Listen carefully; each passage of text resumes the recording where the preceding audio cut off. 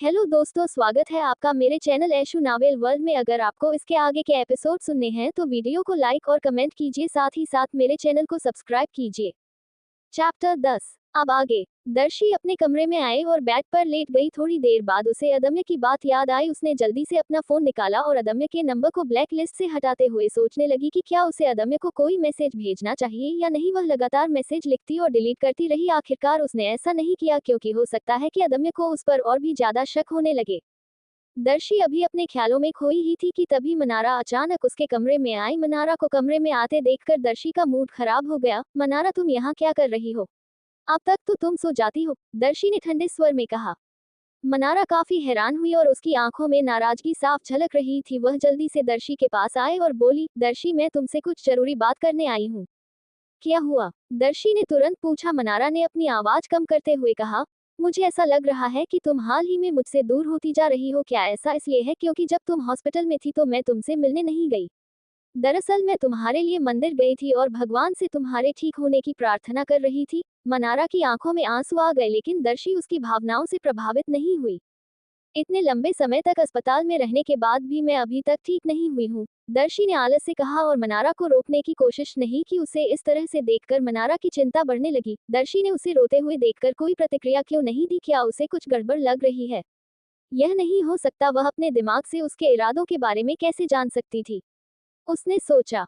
मनारा, तुम सही टाइम पर आए हो। अदम्य को इस तरह की चोट पहुंचाना मेरी बेवकूफी थी। जब वह वापस आएगा तो मैं उसे कैसे माफी मांगूंगी? तुम बहुत स्मार्ट हो ना, मेरे लिए यह बड़ा सिर दर्द का काम है, दर्शी ने जानबूझकर असहाय भाव दिखाते हुए मनारा से कहा।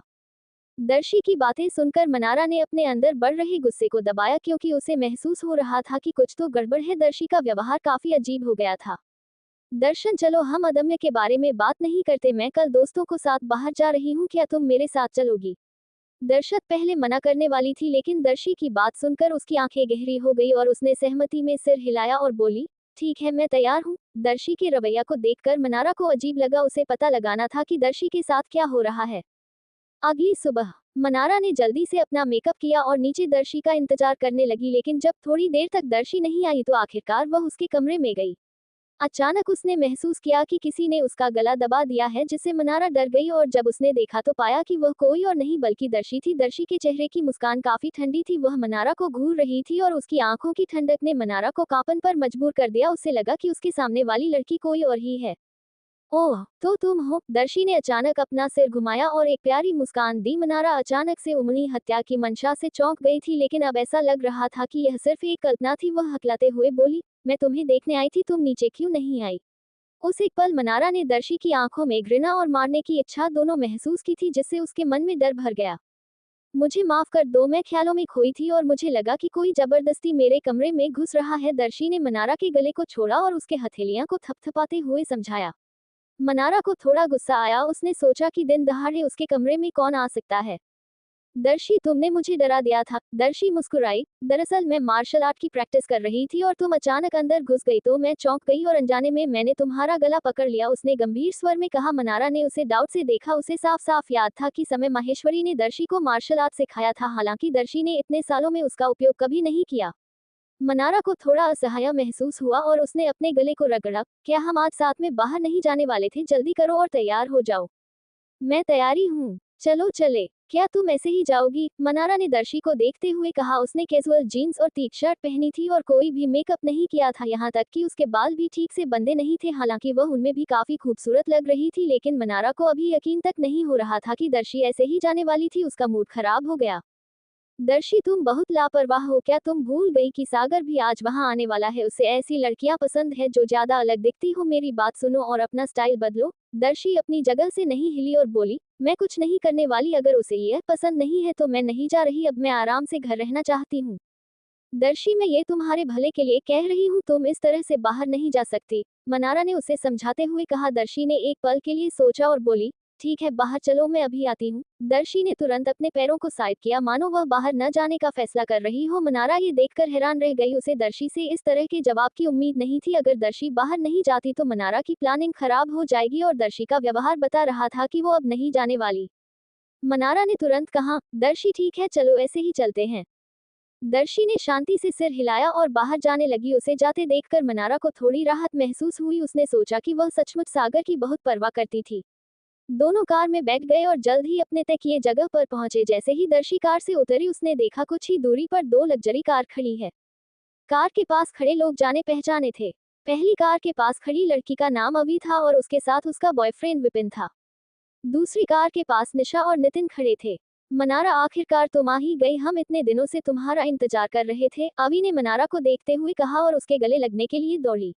निशा भी उसके पास गई। उन दोनों का मनारा के साथ बहुत करीबी रिश्ता था। उन्होंने अतीत में उसके साथ दर्शी को परेशान करने में बहुत मदद की थी। माहेश्वरी परिवार के गिर जाने के बाद भी अवी और निशा मनारा के साथ खड़ी रही और उन्होंने उस पर हमला किया।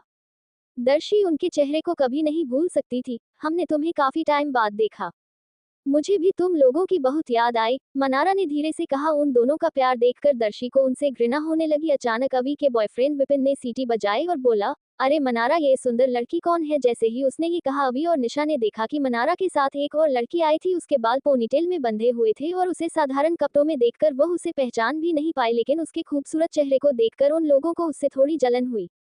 फिर उन्होंने मनारा से पूछा, वह कौन है? हमने उसे पहले क्यों नहीं देखा? अवी ने अपनी बाहों को मोड़ लिया और दर्शी को घूरने लगी। कुछ हद तक मुझे ये जानी पहचानी महसूस हुई, क्या हम इससे पहले मिल चुके हैं? मनारा बिना मन के बोली, ये दर्शी है। ये सुनकर अवी और निशा दोनों चौंक गए और अनजाने में उनकी नजर दर्शी की आंखों पर पड़ी। ये लड़की सचमुच में दर्शव है? वह तो भूत की तरह दिखती थी और बेवकूफों जैसे कपड़े पहनती थी। क्या ये सचमुच में दर्शी है? अवी को अपनी आंखों पर यकीन नहीं हुआ। क्या दर्शी वाकई में ऐसी दिखती थी? क्या तुम मजाक कर रही हो? दर्शी, क्या तुमने प्लास्टिक सर्जरी करवाई है? उसने अविश्वास से पूछा। दर्शी ने शांति से अवी की ओर देखा और बोली, मैं तुम्हारी तरह नहीं हूँ, मुझे प्लास्टिक सर्जरी की क्या जरूरत? जैसे ही उसने अपनी बात कही अवी और निशा को यकीन हो गया कि यह वाकई में दर्शी की आवाज है। दर्शी, जो समझने में थोड़ा टाइम लेती है, अचानक गुस्सा हो गई और बोली, तुम्हारा कहने का क्या मतलब है? क्या तुम मुझे बदसूरत कह रही हो? दर्शी ने उसे पर एक ठंडी नजर डाली, जिससे अवी और भी ज्यादा गुस्सा हो गई। दर्शी को क्या हो गया है? न केवल उसका रूप बदल गया है, बल्कि ऐसा लग रहा है कि जैसे उसकी पर्सनैलिटी भी बदल चुकी है, निशा ने सोचा। अरे बहस मत करो, हमारे हाथ में और सुंदर लड़की का हाथ है, क्या यह अच्छी बात नहीं है? विपिन कार के सहारे झुक गया और बेशर्मी से दर्शी को घूरने लगा। तुम्हें पता है, अगर तुमने अपना असली चेहरा पहले दिखा दिया होता तो मैं शायद तुम्हारा पीछा भी करता। अवी ने उस पर अपनी तीखी नजर डाली और बोली, तुमने अभी क्या कहा? उद्धरण चिन्ह, मैंने कुछ गलत नहीं कहा, विपिन ने कंधे उचकाते कहा, लेकिन उसकी आंखें अभी भी दर्शी पर टिकी हुई थी और वो उसमें पूरी तरह से उसमें खोया हुआ था। भले ही वह अवी के साथ था, वह लगातार दूसरी लड़कियों के साथ फ्लर्ट करता था और अब दर्शी को इस तरह से देखकर वह खुद को उसकी तरफ देखने से रोक नहीं पाया। इस नज़ारे को देखकर अवी को गुस्सा आने लगा। उसने गुस्से से दर्शी की ओर देखा और बोली, दर्शी, क्या तुम में कोई शर्म है या नहीं? किसी और के बॉयफ्रेंड को तुम कहकाने की कोशिश कैसे कर सकती हो? उद्धरण चिन्ह, वह किस बारे में बात कर रही है? ये सोचकर दर्शी को गुस्सा आया। उसने सोचा कि क्या सचमुच अभी पागल हो गई है? दर्शी ने ठंडे आवाज में उससे कहा, बेहतर होगा कि तुम अपने बॉयफ्रेंड को काबू में रखो और उसे हर जगह मुंह मारने से रोको। विपिन, जो अमीर परिवार का एक बिगड़ैल लड़का हुआ करता था, दर्शी की बातों से हैरान रह गया और गुस्से में बोला, तुमने क्या कहा? नितिन, जो किनारे पर खड़ा था, वह भी दंग रह गया। वह इस लड़की के स्वभाव को समझ नहीं पा रहा था। ठीक है, चलो अब बात नहीं करते हैं, हमें रेस्टोरेंट में चलना है। दर्शी ने कोई जवाब नहीं दिया, जिससे नितिन को थोड़ा असहज महसूस हुआ। निशा ने जब दोनों लड़कों का ध्यान दर्शी पर पाया तो वह भी खुद को जलन करने से रोक नहीं पाई। वह हमेशा से नितिन की दीवानी थी और उसने उसे आज रात बाहर आने के लिए कहा था ताकि उनके बीच का रिश्ता गहरा हो सके। फिर भी वह दर्शी के साथ बेशर्मी से फ्लर्ट कर रहा था। मनारा, तुम उसे यहाँ क्यों लाए हो? क्या तुम उसे घर नहीं भेज सकती? निशा ने मनारा की बाह को खींचते हुए कहा। हालांकि मनारा को भी थोड़ा अजीब महसूस हो रहा था, लेकिन वह दर्शी को यूं ही माने नहीं दे सकती थी। वह आज रात यहाँ सागर से मिलने आए थे और वह मौके के खोने का जोखिम नहीं उठा सकती थी। मनारा ने धीरे से मुस्कुराते हुए कहा, विपिन, नितिन, हमारी दर्शी को चिढ़ाना बंद करो, उसे सागर पर क्रश है और वह उसे देखने के लिए आए हैं। ये सुनकर विपिन और नितिन को गुस्सा आया, क्योंकि यह आम बात थी कि दर्शी सागर को पसंद करती थी। पहले वह उसके अजीब व्यवहार का मजाक भी उड़ाते थे, लेकिन अब जब उन्होंने देखा कि दर्शी कितनी खूबसूरत है तो उन्हें सागर से थोड़ी जलन होने लगी। नितिन ने कंधे उचकाते हुए कहा, तो फिर चलो हम पहले रेस्टोरेंट चलते हैं, सागर पहले से ही वहां होगा। ठीक है, चलो चले, मनारा ने दर्शी को अपनी कार की तरफ ले जाते हुए कहा, लेकिन अवी ने उन्हें हाथ से रोक दिया। दर्शी, तुमने अभी जो कहा उसका क्या मतलब है? दर्शी ने उसकी तरफ देखा और बोली, मैंने क्या कहा? उद्धरण चिन्ह, तुम बेवकूफ बनने का नाटक कर रही हो, है ना? तुमने अभी तक मुझे अपने कहे का मतलब नहीं समझाया। दर्शी अभी भी उदासीन थी और बोली, मैंने तुमसे क्या कहा? अभी को इतना गुस्सा आ रहा था कि वह उसे पीटना चाहती थी, लेकिन जब उसने मनारा की तरफ देखा तो बोली, मनारा, मैंने उसे तुम्हारी वजह से छोड़ दिया, लेकिन अब मैं उसे कभी देखना नहीं चाहती। अभी नाराज मत हो। मनारा दर्शी की ओर मुड़ी और थोड़ी नाखुश होकर बोली, दर्शी, अभी से माफी मांगो और चलो इस बारे में हम भूल जाते हैं।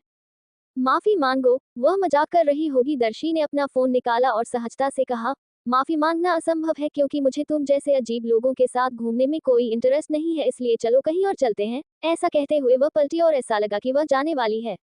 मनारा बहुत नाराज थी, लेकिन उसे अपना प्लान इस तरह से खराब नहीं करना था, इसलिए उसने तुरंत अवी का हाथ खींचा। अवी, दर्शी का स्वभाव ऐसा ही है, उसे परेशान मत करो। इसी समय नितिन आगे बढ़ा और बोला, अरे दोस्तों, हम आखिरकार यहाँ मौज मस्ती करने के लिए बाहर आए हैं, चलो इस माहौल को खराब न करें। फिर उसने अपना सिर घुमाया और दर्शी से बोला, दर्शी, क्या तुम मेरे साथ रेस्टोरेंट चलोगी? उद्धरण चिन्ह। दर्शी ने उस पर एक ठंडी नजर डाली। वह उसकी कार में नहीं बैठना चाहती थी, लेकिन जब उसने निशा की निगाहों को देखा तो उसके चेहरे पर मुस्कान आ गई और बोली, ठीक है। दशरथ नितिन की कार के पास गई और उसमें बैठ गई। ये देखकर मनारा को थोड़ी राहत महसूस हुई। निशा अब कुछ भी नहीं कर सकती थी, अभी भी उतनी ही परेशान थी। दर्शी हमेशा से जिद्दी और बिगड़ैल रही थी। वह कभी कभी बहुत मुश्किल खड़ी करती थी, लेकिन माफी मांगने के लिए कहने पर माफी भी मांगती थी, लेकिन आज एकदम अलग था। मनारा ने जब दोनों के चेहरे के हाव भाव को देखा तो नाटक करते हुए उन दोनों से माफी मांगने लगी। ये देखकर अवी ने सिर घुमाया और बोली, तुम्हारा इसे कोई लेना देना नहीं है, तुम माफी क्यों मांग रही हो? तुम माहेश्वरी परिवार की बेटी हो, तुम उतनी घमंडी नहीं हो जितनी वह है। बिल्कुल। निशा ने भी सहमति में सिर हिलाया। मैंने कभी उसके जैसी बेशर्म लड़की नहीं देखी। ये सुनकर मनारा को काफी अच्छा लगा और वह जल्दी ही रेस्टोरेंट पहुंच गए।